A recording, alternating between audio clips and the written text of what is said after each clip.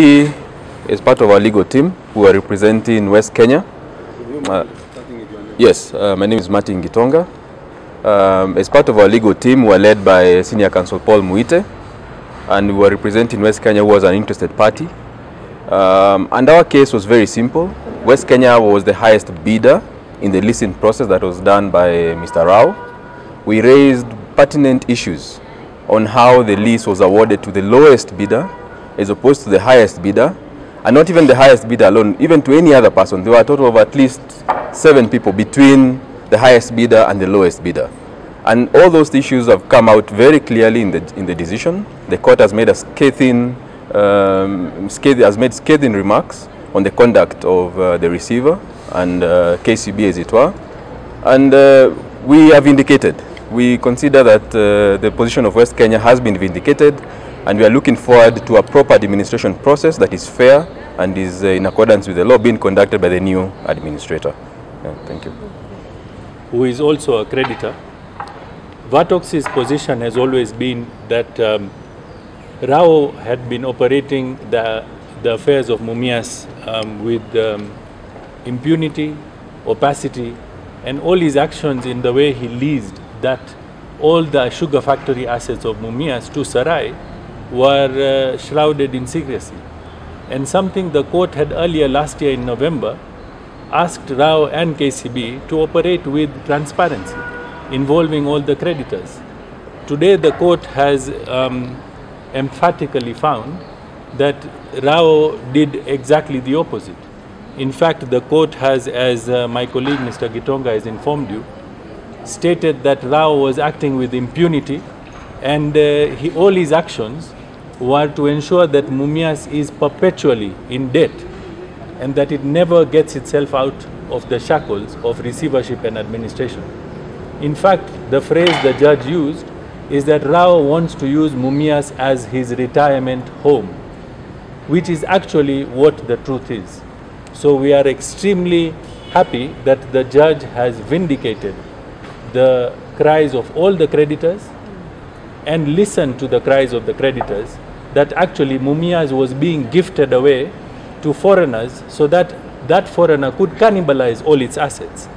Because the important point that the judge noted is that a lease of 19.5 million is actually a gross undervalue, as Ms. Kimeta has said. So despite the existence of higher bids, how could Rao have ignored all those bids? And in relation to West Kenya, who was the highest bidder, the judge has emphatically held that he never told Rao to go ahead and usurp the role of the competition authority. So all those points were emphatically made by the judge, and I think it is a historic day for insolvency practice in Kenya, because the judge has said that insolvencies are not going to be managed the way Rao has done. So this is a classic case of how insolvency and administration should not run. So we hope that this new gentleman, who is called Kereto Marima, will potentially be able to assist all these creditors regain the trust that Mr. Rao has worked so hard to lose. Thank you. Thank you. We're talking. Yes, I have something to say. Yes. My name is Jacqueline Kimeta. I am the petitioner in this IPE 004 of 2019. We, through Kimeta and Associates advocates, we did move the court almost 3 years ago to place Mumias Sugar under administration. With me here are some of the creditors who have walked this journey with us, and it has been a very long and difficult journey to get a sense of normalcy in how Mumias should be handled from this point forward. Today we are very happy to have received a ruling of the court that has basically put the affairs of Mumias Sugar in order.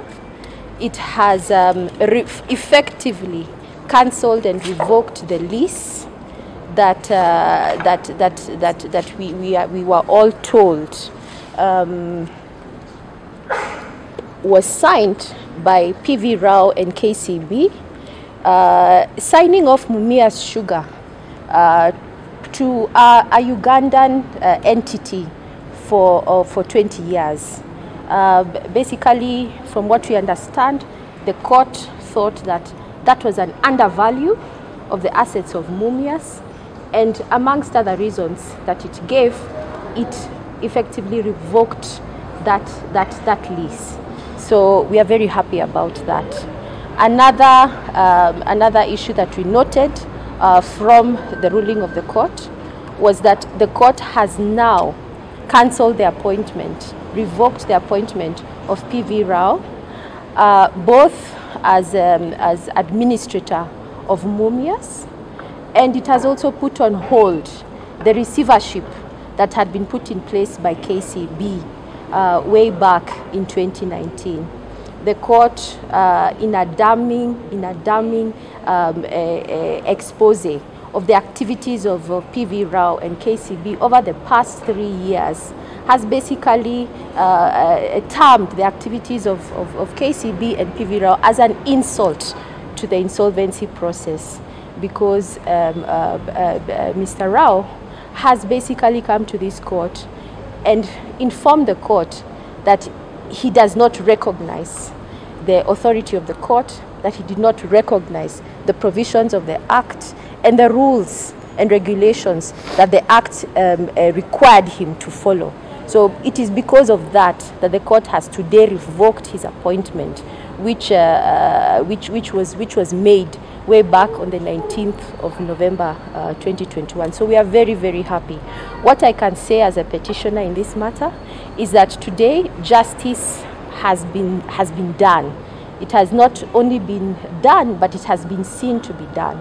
And I believe that this paves way for a proper evaluation of the future of Mumias Sugar, for the benefit of the public, for the benefit of the people of Mumias, for the benefit of this nation, and also for the benefit of the creditors. We as creditors, as part of the public, we feel that the court has actually addressed the concerns that this nation has had insofar as Mumias Sugar is concerned. And we hope that this is the beginning of the revival of Mumias Sugar. We have been given an administrator known as Kereto Marima. We do not know him. We will make an effort to get in touch with him, and within 60 days, I believe, map a new strategy for the revival of Mumias Sugar. I think that is all I can say for now.